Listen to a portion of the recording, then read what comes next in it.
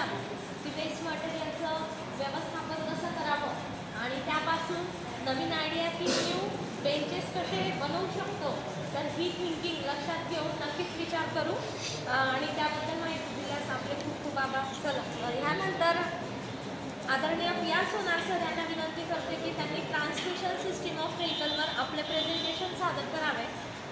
Sir, आजच्या युगात ऑटोमोबाईलचे transmission सिस्टीममध्ये येणारे मुख्य घटक याची माहिती देणार आहेत, ते आपण जाणून घेऊया.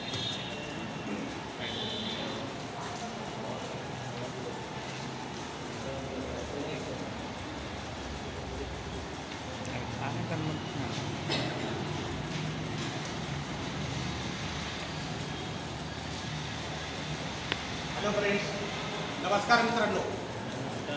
CVM स्टेम फोरमच्या ज्येष्ठ सदस्या व संस्थेच्या सचिव आदरणीय ताईसाहेब, आपल्या प्रशाळेचे मुख्याध्यापक, उपमुख्याध्यापक, उपप्राचार्य, पर्यवेक्षक व माझ्या प्रिय शिक्षक बंधू भगिनींनो, तसेच माझे प्रिय विद्यार्थी मित्रांनो, आपल्या CVM स्टेम फोरमच्या तृतीय पर्वतातील 10व्या पुष्पाच्या कार्यक्रमासाठी मी सोनार PR आपल्या सर्वांचे मनापासून स्वागत करतो. मित्रांनो, ऑटोमोबाईल सेक्टर हे भारतातील 3 नंबरचे वाहन उत्पादक क्षेत्र आहे. केंद्र सरकारलाही या माध्यमातून मोठ्या प्रमाणात टॅक्स मिळत असतो. तसेच या क्षेत्राच्या माध्यमातून लोकांनाही रोजगार व स्वयंरोजगार मोठ्या प्रमाणात मिळत असतो. खेड्यापाड्यापासून ते मेट्रो सिटीपर्यंत ऑटोमोबाईल सेक्टर आत्मनिर्भर करण्यास प्रेरित करत असते. म्हणून माझा आजचा विषय आहे व्हेइकल ट्रान्समिशन सिस्टीम. मित्रांनो, व्हेइकल कुठलेही असो ते चालविताना आपल्याला नक्कीच आनंद होतो, परंतु व्हेइकल चालविताना ते चालते कशा पद्धतीने व त्याचे ट्रान्समिशन कशा पद्धतीने होते याबाबत आपल्या सर्वांना थोडक्यात माहिती असणे आवश्यक आहे. यासाठी आपण बघणार आहोत टू व्हीलर व्हेइकलचे, दुचाकी वाहनाचे 4 स्ट्रोक पेट्रोल इंजिन.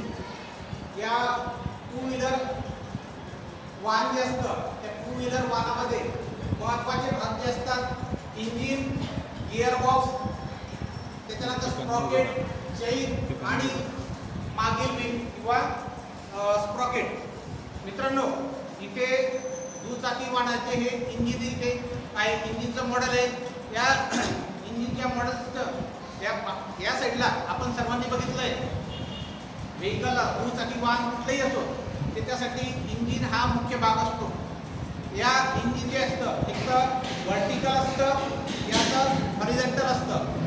या इंजिनला आपण इंटरनल कंबशन इंजिन असेही म्हणतो. इंटरनल कंबशन इंजिन मीन्स अंतर्गत ज्वलन इंजिन. हे जे इंजिन असतं हे कॉम्पॅक्ट असतं. इंजिन जे असतं पूर्ण कॉम्पॅक्ट असतं आणि याची जी क्रिया असते ती आतमध्ये होते. इथे एक कट सेक्शनल मॉडेल आहे, म्हणून इथे पार्ट्स किंवा इंजिनमधले जे प्रक्रिया असतात ते आपल्याला दिसतात. इंजिनच्या बाहेरील भागाला, वरच्या भागाला हेड असे म्हणतात. तो हेड जो असतो त्याला फिन्स दिलेले असतात. वरच्या साईडला अशा पद्धतीचे फिन्स असतात, त्याला एअर फिन्स म्हणतात. जेणेकरून वाहन ज्या वेळेस रस्त्यावरती चालत असतं त्याच्या अपोजिट साईडने त्यामध्ये हवा येते आणि इंजिन थंड होण्यास मदत होते किंवा इंजिनची कार्यक्षमता जी असते ती वाढते. त्यानंतर वरती जे दिलेले आहेत त्याला इनलेट व्हॉल्व म्हणतात. पेट्रोल आणि हवा यांचं मिक्सचर जे असतं या इनलेट व्हॉल्वच्या मार्फत आतमध्ये घेतलं जातं आणि हा जो इकडचा व्हॉल्व दिलेला आहे आउटलेट व्हॉल्व, या आउटलेट व्हॉल्वच्या मार्फत जे जळालेले गॅसेस असतात किंवा जे मिक्सचर असतं ते आपल्या सायलेन्सर वाटे बाहेर निघलं जातं. मित्रांनो, ह्या इथे जे हा जो भाग आहे याला पिस्टन म्हटलं जातं, कारण हा कॉम्पॅक्ट असतो. आपल्याला त्याबद्दल जाणीव नसते किंवा माहिती नसतं. याला पिस्टन म्हटलं जातं. त्याच्यानंतर हा जो एक भाग आहे त्याला कनेक्टिंग रॉड म्हटलं जातं. त्याच्यानंतर हा जो भाग आहे त्याला क्रँकशाफ्ट म्हटलं जातं. पिस्टन आणि पिस्टन याला पिनने जोडलेलं असतं, पिस्टन पिनच्या मार्फत जोडलेलं असतं. ज्या पद्धतीने आपल्याकडे मशीन असते, आपल्याला मशीन सर्वांना माहिती आहे, टेलरने किंवा आपण सुद्धा त्या पॅडलवरती पाय दिला तर त्यामध्ये कनेक्टिंग असतो रॉड. कनेक्टिंग रॉड एक व्हील असतं.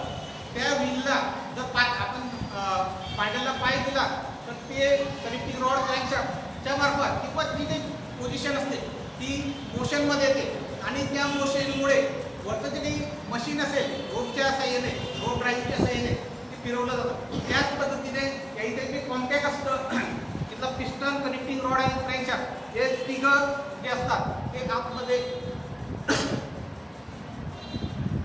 नेहमीच फिरत असतात. त्याच्यानंतर आपल्या व्हेकल्समध्ये आपण बघितलंय इंजिनच्या वरच्या बाजूला एक स्पार्क प्लग दिलेला असतो. त्या स्पार्क प्लगचा उपयोग इंजिनचा हा जो काही आतला भाग असतो तिथे ठिणगी पाडण्याचं काम स्पार्क प्लग करत असतो. बाजूला कार्बोरेटर दिलेलं असतं. कार्बोरेटरचं फंक्शन हवा आणि पेट्रोल त्याच्या बाजूला कार्बोरेटरच्या बाजूला आपला एअर फिल्टर दिलेला असतो. एअर फिल्टरचा उद्देश हवा शुद्ध करून आपल्या इंजिनला पुरवण्याचा असतो. त्यानंतर आपलं कार्बोरेटर जो असतो ज्या पद्धतीने आपल्या हृदयाचं कार्य असतं की शरीराला पूर्ण रक्त पुरवणे हे हृदयाचं काम असतं त्याच पद्धतीने कार्बोरेटर जो असतो तो आपल्या इंधन जे असतं इंधन कुठलंही असतो ते पोचवण्याचं काम लहानसा कार्बोरेटर असतो तो करत असतो. या इंजिनमध्ये जेव्हा हवा आणि पेट्रोल यांचं योग्य मिश्रण आतमध्ये घेतलं जातं याला पिस्टन म्हटलं जातं. पिस्टनच्या साह्याने तर हा पिस्टन जेव्हा वरती येतो याला TDC म्हटलं जातं. टॉप डेड सेंटर हा एवढाच फिरतो. इंजिनच्या आतमध्ये जो असतो तो याच पद्धतीने फिरत असतो.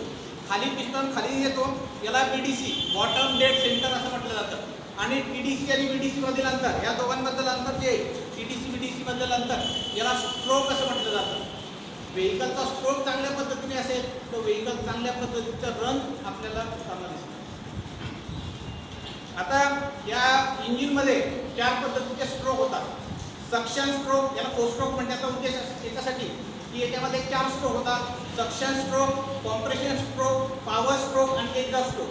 सक्शन स्ट्रोकच्या वेळेस हवा आणि पेट्रोल हे सक केलं जातं इंजिनच्या आतमध्ये घेतलं जातं. त्यावेळेस हा पिस्टन BDC कडनं TDCला येतो म्हणजे आतमध्ये हवा आणि पेट्रोल यांचं योग्य मिश्रण होतं. दुसरा जो स्ट्रोक असतो तो कॉम्प्रेशन स्ट्रोक. त्या कॉम्प्रेशन स्ट्रोकच्या वेळेस हे परत जे काही मिश्रण असेल ते दाबलं जातं इथपर्यंत दाबलं जातं आणि याला कंबशन चेंबर म्हणतात. हा जो काही वरचा भाग असतो याला कंबशन चेंबर म्हणतात आणि या कंबशन चेंबरमध्ये हे मिश्रण जे असतं ते दाबलं जातं.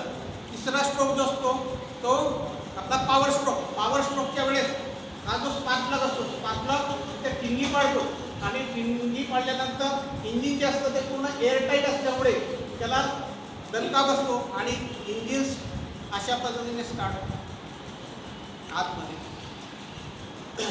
एक्झॉस्ट स्ट्रोक हा जो असतो जळालेले गॅसेस जे असतात ते बाहेर फेकण्यासाठी उपयुक्त असतात. अशा पद्धतीने इथे इंजिन जे असतं ते इंजिन इथे स्टार्ट होतं. इंजिनमध्ये आपण ज्यावेळेस इग्निशन केली त्याच्यानंतर इग्निशन दिल्यानंतर किंवा सेल दिल्यानंतर इंजिन अशा पद्धतीने स्टार्ट होतं. पण स्टार्ट होऊन तो येत नसतो. त्याच्यासाठी दुसरा जो भाग असतो गिअर बॉक्स खालच्या साईडला त्याच्याच बाजूला गिअर बॉक्स दिलेला असतो आणि त्याच्यामध्ये मेन शाफ्ट आणि दुसरा असतो लेस शाफ्ट. आता गिअरचा पण उपयोग जो असतो पाण्यामध्ये ज्यावेळेस तरफ असते तरफला वळल्या मारल्यानंतर एका ठिकाणाहून दुसऱ्या ठिकाणी त्या पद्धतीने नेलं जातं. त्याच पद्धतीने या गिअर बॉक्समध्येही गिअर बॉक्सचा उपयोग होतो. 4 गिअर असतात. जनरली 4 गिअर असतात. व्हेकलला 4 गिअर असतात. तर मेन शाफ्टला ते प्रोव्हाइड केले जातात पाठवले जातात आणि ती जी गती असते ती ले शाफ्टला दिली जाते. आता ज्यावेळेस आपण गाडी स्टार्ट झाल्यानंतर क्लच दाबतो आणि गिअर शिफ्ट करतो. गिअर शिफ्ट केल्यानंतर पहिला जो गिअर असतो तो एकमेकांमध्ये मेश होतो. वेगळे असतात पण ते एकमेकांमध्ये आपण क्लच हळूहळू सोडतो त्यावेळेस गिअर हे एकमेकांमध्ये मेश होतात आणि ती जी काही ड्राईव्ह असते ती आपल्या गिअर बॉक्सला म्हणजे दुसऱ्या ले शाफ्टला मिळते. अशा पद्धतीने तिथे 4 गिअर असतात. आपण फर्स्ट गिअरला फक्त गाडी जी असते ती गाडी मूव्ह होण्यासाठी हळूवार मूव्ह होण्यासाठी फर्स्ट गिअरचा उपयोग करत असतो. सेकंड गिअरचा यूज करत असतो. थर्ड आणि फोर्थ गिअरला जेव्हा आपला रस्ता मोकळा असतो त्यावेळेस आपण त्या म्हणजे तिसरा आणि चौथा गिअर टाकून गाडी चालवत असतो. त्यावेळेस ह्या साईडला आपला एक गिअर दिलेला असतो आणि त्याच्यावरती चेन प्रोव्हाइड केलेली असते. चेनच्या मार्फत प्रोव्हाइड केली असते ती स्प्रॉकेटला दिली असते आणि अशा पद्धतीने गाडी जी आहे ती पुढे त्याचं ट्रान्समिशन सिस्टीम जे आहे ते इथे पूर्ण होतं.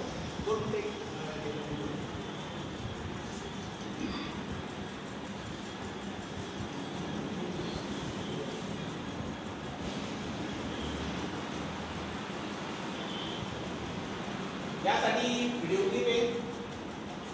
यामध्ये मी जे आता बोललो ते इंजिन स्टार्ट झालं त्याच्यानंतर जी मोशन्स आहे गिअरची मोशन, त्या गिअरच्या मोशनने आपली स्प्रॉकेटला मिळाल्या, स्प्रॉकेटच्या थ्रू रिअर व्हीलला अशा पद्धतीने हे ट्रान्समिशन जे आहे ते पूर्ण होतं आणि व्हेकल जे ते मूव्ह होताना दिसतं.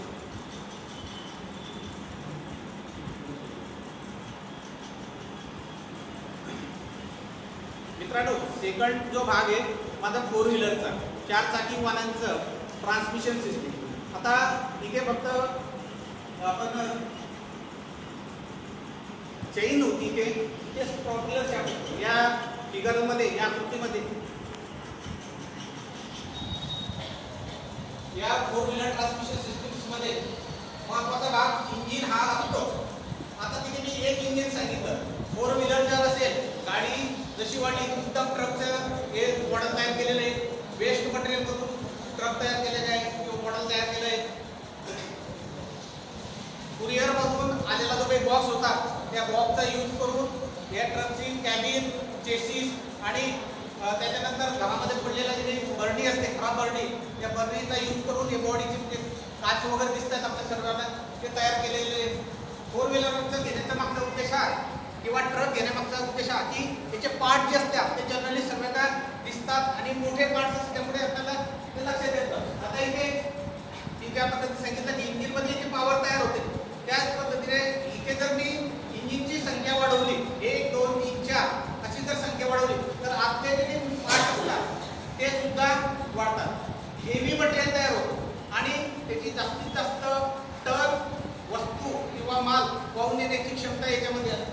आता इंजिनमध्ये हे पॉवर तयार झाल्यानंतर परत ती जी पॉवर असते ती पॉवर या गिअर बॉक्समध्ये येते.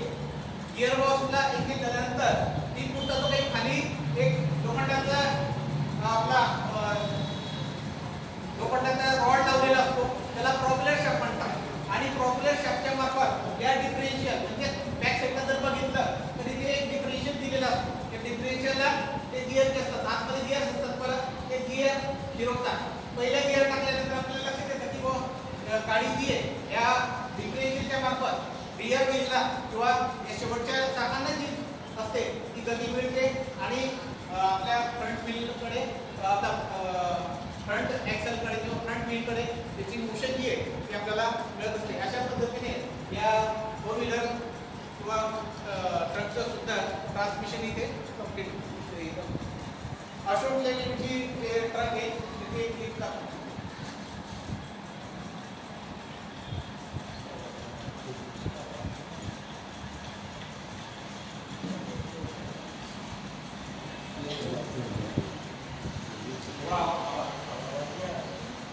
काय झालंय? काय झालं?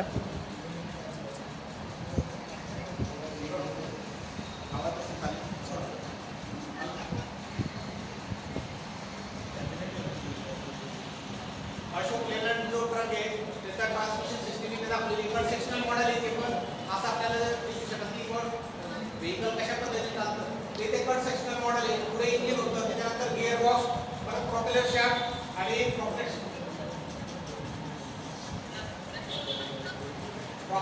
शाफ्टच्या नंतर हा डिफरेन्शियल असतो बॅक साईडला. डिफरेन्शियल नंतर हे आपले मागीलचा किंवा त्याचे ब्रेक ड्रम आणि मागील व्हील. अशा पद्धतीने ट्रान्समिशन जे असतं ते कंप्लीट होतं.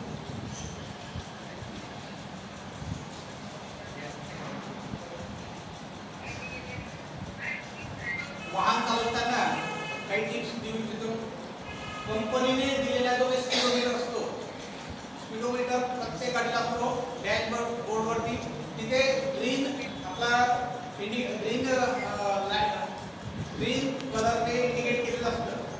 तिथपर्यंत जर व्हेकल चालवलं तर नक्कीच आपल्याला त्याचा ॲव्हरेज जो असतो कुठलीही व्हेकल असो त्याचा ॲव्हरेज आपल्याला चांगल्या पद्धतीने मिळतो.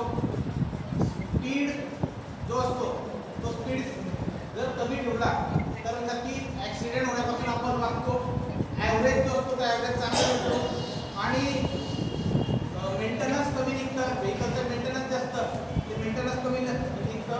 त्याच्यानंतर RTOचे छुपे कॅमेरे जे असतात ते रस्त्याने लावलेले असतात. स्पीड जर जास्त असल्या तर त्याची आपल्याला पेनल्टी जी असते पेनल्टी भरावी लागते आजकाल. तर हा त्याचा मागचा फायदा आहे. त्याच्यानंतर गाडी जर उडी असेल तर नक्की कुलंटची तपासणी करा. कुलंट जर कमी झालं असेल त्यामध्ये कुलंट भरा, किंवा कुलंट कमी असेल आणि तशी व्हेकल जर चालवली तर इंजिन ब्लॉक होण्याची शक्यता जास्तीत जास्त असते आणि इंजिनला डाऊन करावं लागतं त्यावेळेस आणि बराच खर्च ते लागतो त्यासाठी. तर या लहान गोष्टी स्पीड कशी लागली आहे बंद करून द्या सर. इंजिन ऑइल आणि कुलंटची तपासणी केली तर आपल्याला नक्कीच फायदा गाडी आहे होतो. आपली. ड्रायव्हिंग करत असेल तर सीट बेल्ट करा चा उपयोग करा स्वतः आणि सेफ ड्रायव्हिंग